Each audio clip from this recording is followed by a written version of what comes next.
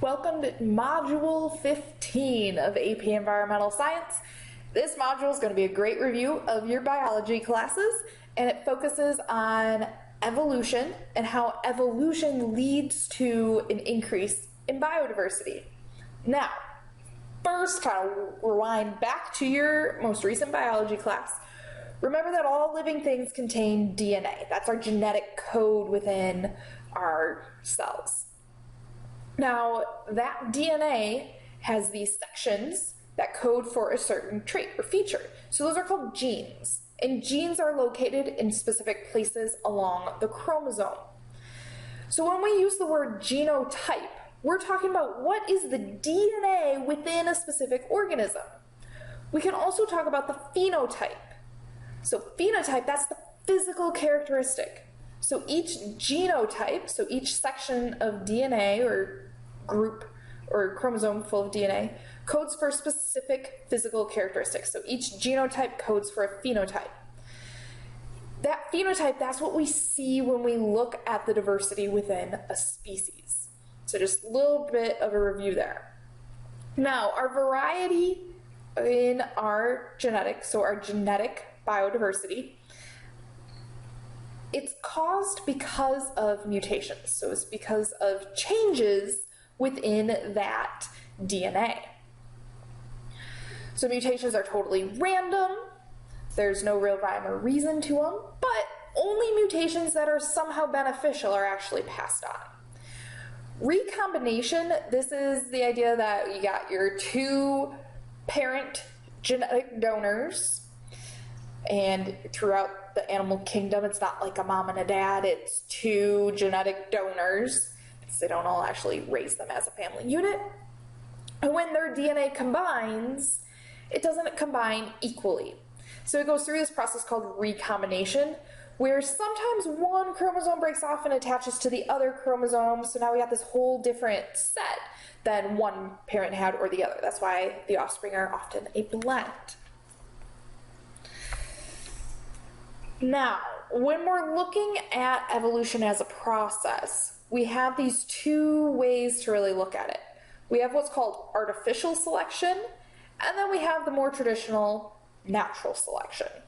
We're going to start with artificial selection. Artificial selection is how we got all of these different dog breeds. And I believe in your biology class we use the dogs as an example. I'm going to talk about wild mustard, because apparently everybody loves kale. I don't. But I do love broccoli, and I like cauliflower. And those two plants, those two types of food, are actually all derived from the same common ancestor. So humans came along, they saw wild mustard, and they were like, this is kind of a delicious plant, but some people are like, I really like eating the leaves. And other people are like, yeah, but the flowers are pretty tasty too. So some people took that plant and they artificially selected. So they took only the plants with the largest leaves and allowed those to reproduce or be pollinated by other plants with the largest leaves. And then out of those offspring, again, they only took the plants with the largest leaves until they had kale and cabbage. They did the same thing with the flowers. They took only the plants with the biggest flowers and let them cross together. And they did that until they got broccoli and cauliflower. So that's artificial selections. Humans are artificially picking who's going to be the winner, which desired traits are going to be passed on to the next generation. In natural selection, the environment is deciding who's the winner. So in natural selection, organisms that have the adaptations or the traits that make them most fit or able to survive are able to live long enough to pass on their genetic information to the next generation. So that's why natural selection is often called survival of the fittest. Now your textbook goes into a really great explanation of how natural selection works, and that's kind of chronicled in figure 15.5. I'm not going to get into that right now, just for the sake of time, but if you want a bit more of a refresher on natural selection, that's where to look. All right. we're going to go through some of the random processes that allow natural selection to take place. So how do we get those random changes that allow some individuals to be better able to survive than others? Now, the first one is mutation. We already talked about that. Those are random changes within the DNA that allow that particular organism to be better able to survive. Sometimes it's an equal chance of survival. So then that particular trait has an equal chance of getting passed to the next generation as the original one. So you're not going to see a shift, you're just going to see more variety. Then there's this idea called gene flow. And gene flow is when an organism either immigrates into a new population or emigrates out of a population. It's carrying its genetic information with it. It's not like it can just leave its genes behind. So when it does that, you're changing the genetic diversity of a population. So perhaps that individual was the only red-haired mouse in that population. Everyone else was either black hair or white hair, but this was a red one. It was special. But if that red one leaves, now it's taking all of the genetic information for that trait with it, and that original population is going to change. And the population that it moves into, it's now adding this red-haired trait into that population. So now that new population is going to have more genetic information, so more genetic diversity. That's gene flow. Gene flow can be used to increase genetic diversity artificially. So if we're looking at the panther population, in Florida, the number of panthers that were in that area started to decline pretty steadily. Texas had a pretty healthy panther population. So when they noticed that the Florida panthers were starting to see this big decline, they wanted to avoid what's called a bottleneck, and we'll get into that in a second. In order to avoid that bottleneck, they wanted to increase that genetic diversity. So they picked some individuals from Texas and brought them to Florida to join that population. So we did some artificial gene flow. And they brought, of course, their DNA with them because you can't get rid of that. And now we have a little bit extra genetic diversity within the Florida panther population. Genetic drift is another way to describe changes within DNA within populations. Genetic drift is this idea that less common genotypes are kind of lost over time. And this happens more frequently in a small population than a large population. So in this diagram, both of these populations start with about 40% black mice and 60% white. So both the small and the large. Over time, with totally random mating, perhaps the number of black mice starts to shrink down to 20%.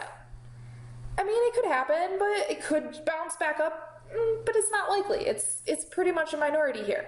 And over time, eventually, it becomes all white mice. But in your bigger populations, those black mice have an equal chance of mating as the white mice. So that's going to stay a pretty constant ratio. So genetic drift, it's a way that some less common genotypes are lost over time, and it typically happens in small populations. All right, and then we get bottleneck and founder effect. These are just kind of what they sound like. So a bottleneck, the neck of a bottle is where the bottle kind of narrows and comes together.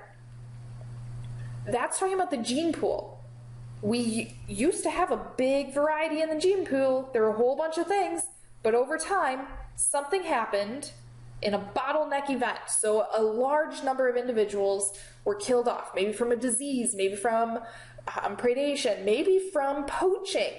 And now a lot of these individuals and all their genetic information is gone. So we're left with a few survivors. And those few survivors are the only ones left to pass on their genetic information to the next generation. And that can lead to a lot of inbreeding. The walrus population and the cheetah population are both big examples of bottlenecks. So there used to be a lot of diversity, but over time, through humans being humans and messing things up, we've reduced those populations down to just a few remaining individuals. And with that low genetic variation, it's very likely that a disease could come in and those individuals in that entire population all have a pretty similar genetic makeup, and they might not have any resistance to that disease, and that entire population could get wiped out very quickly. The founder effect is very similar to the bottleneck effect. With the founder effect, though, you have two populations. Oops. So you have your original population on the mainland, and it's not necessarily going to an island, but you got your mainland, your main population, and just a few individuals found a new population. They had a new location, so perhaps on an island. Now, on the mainland, they got red, blue, and gray birds, but only some of the red birds and the gray birds go to the island. So that island's going to have a different genetic makeup than the mainland. When you read about island biogeography, you can make the connection to the founder effect. When we look at the distance of islands from the mainland and the size of the island, we can actually make some pretty accurate predictions about the amount of diversity within the organisms that live there. And that's partially because of the founder effect, because typically larger islands are going to be able to host a greater variety of organisms. But we'll get into that in a different module. There's another great figure in the textbook that talks about bottleneck effect, if you're a little confused on that still, to be able to look at it. I know that was a lot of information. I know I went kind of quick, so take good notes. Let me know what questions you have in class.